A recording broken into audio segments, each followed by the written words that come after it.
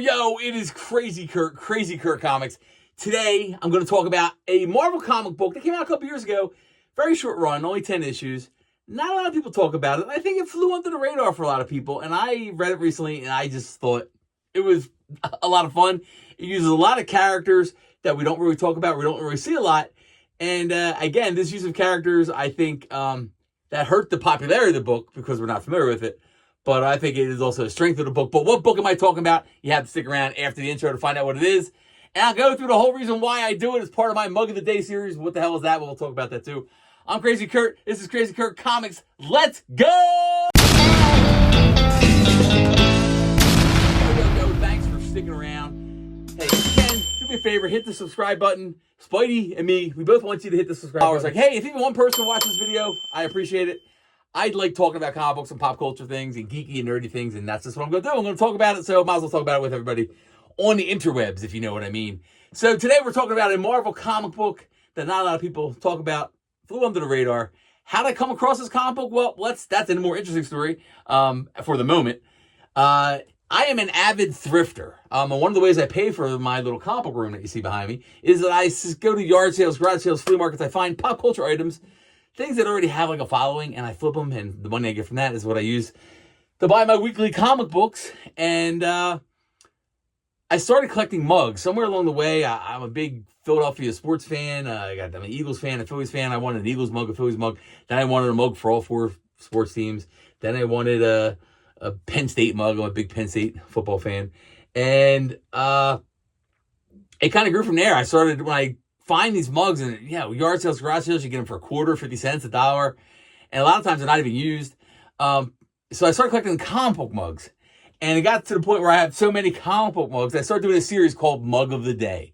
So it's comics and coffee, Mug of the Day. Every morning I pick out in my cabinet, I'm going through my cabinet, I pick out a different mug.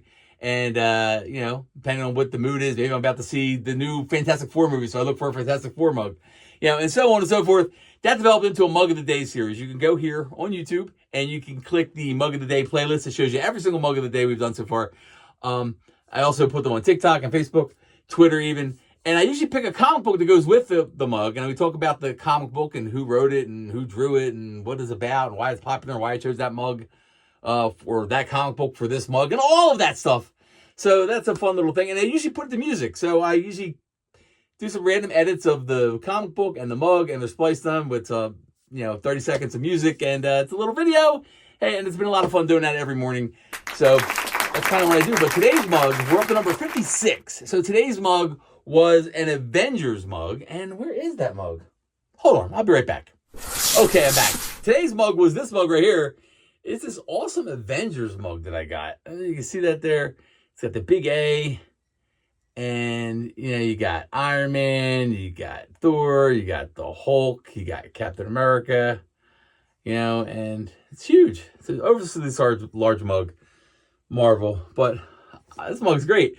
So I was going through, I wanted to do an Avengers mug, and there wasn't really anything that stood out for me in terms of things I have on the wall that, seemed like it fit this. And since it didn't fit any of the real main characters of this one, I decided to choose this comic book right here. Savage Avengers #1. Now, this is not the volume 1 of Savage Avengers. This is volume 2. This is David Prepose and Carlos Magno did the artwork. And this is from 2022. It ran for 10 issues. Hey, people, this book is so much fun. All right, first of all, we got a big cast of characters, right? What kind of characters we got? Well, let's get into it. Now, the premise of this comic book is not an original one. Time travel. We've seen this a lot of times in comic books and movies, TV series. And most recently in the Fantastic Four #1, where we have all these characters displaced through time, and then they have to regroup to get back to their current time. Now, why is this happening? Well, we have Conan, who's from the Hyborian Age, and he needs that's where he really should be. And we have Deathlock acting in this series as a Terminator time cop type person who wants to put Conan back in his rightful age or erase him from our main timeline. And what happens is we have a convergence of all these different characters who are all in the same place for different reasons, there is a terrorist cell that's working at the moment, and a mad bomb goes off. And what always happens in comic books, whenever a bomb goes off, well, it activates some tech in Deathlock's arm, and they get accidentally thrown through time, and they land in the Hyborian Age, where Conan's from. So the characters are separated. We have to see them regroup to get back to their current timeline. But that's not the only place this story takes us. We also, in this run, get taken to the Marvel 2099 universe. We get an appearance from Punisher 2099 and the Iron Fist of Ultron in 2099. So this series goes all over the place in different times. I thought it was a lot of fun. And I thought the strength of the series was all the different characters that we see in this particular book. All right? Look at all these characters we have here, right? We have Conan, all right? We have Deathlock, okay? We have Cloak and Dagger, all right? We have Weapon H, who's like a hybrid of Hulk and Wolverine, all right?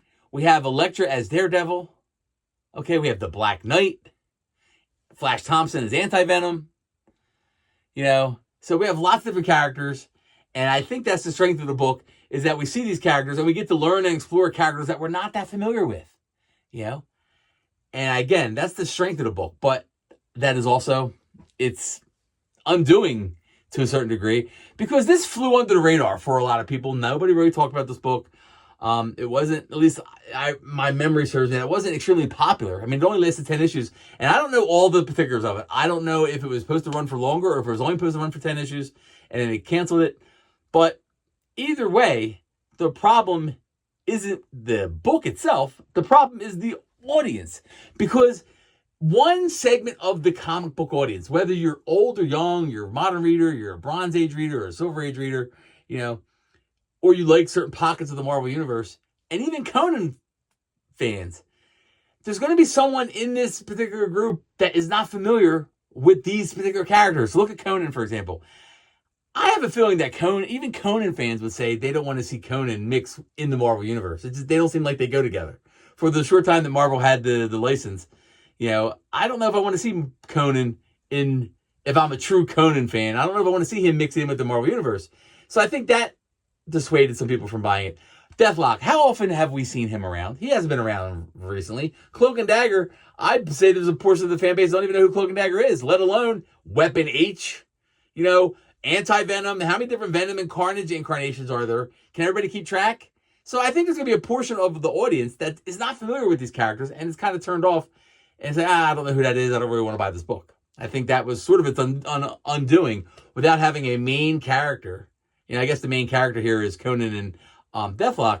But starting a book with those two characters, without having one of the original Avengers in it, to kind of say, okay, this is a Captain America book, or okay, this is an Iron Man book, or a Hulk book, or whoever book. That was, I think, it's undoing. But hey, I had so much fun reading this. I just thought it was a good romp. A lot of crazy characters, a lot of crazy interactions. You can get this all 10 issues. Chances are, because it wasn't as popular as it was, you might be able to get this cheaper if you went out and hunted down the 10 individual issues. It might be cheaper than getting the 2 trade paperbacks. It did come in 2 trade paperbacks. Issues 1 through 5 are in one trade paperback, and issues 6 through 10 are in the other trade paperback. Again, the premise isn't original, but it is fun. It is science fiction fun. That is sci-fi. That is comics. Let's take characters thrown through time, see what happens. And one character is supposed to be there, who's Conan. He's supposed to be in the Hyborian Age. So we put him where he's supposed to be, but then everybody else has to get back to where they have to go. And then we visit some other pockets of time, like the 2099 universe, which is always a lot of fun.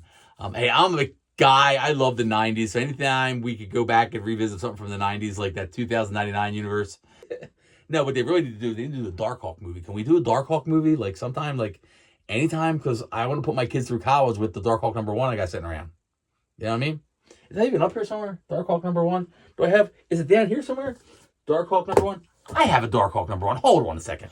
While I'm looking for that issue, let's check out all 10 issues of Savage Avengers Volume 2.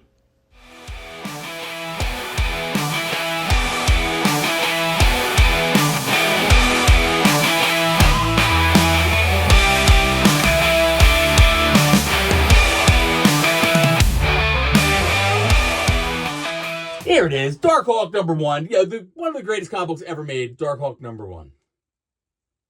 Don't at me. But Hey, when they make a movie this, I don't pay to put my kids through college and everything. It's gonna be not really. But anyway, that's what I got today. Savage Avengers. You may want to go check it out. Also, you may want to go check out my Mug of the Day series here on YouTube. You can go see a tour of my all different comic book mugs I have in my comic book room. There's a video of that on my page too. So thanks for joining me. I'm Crazy Kurt. This has been Crazy Kurt Comics. Go get yourself a copy of Savage Avengers #1. Read that first issue. If you don't like it, then you can say, I'm wrong. I'm telling you, I thought it was a lot of fun. That's just me. I'm Crazy Kurt. I'm out of here. Hey, make sure you hit all the things, do all the things, all the places, hit the videos, hit the likes, subscribes, TikTok, YouTube, Twitter, Facebook, all the same name. Crazy Kurt Comics. I'm out. Peace.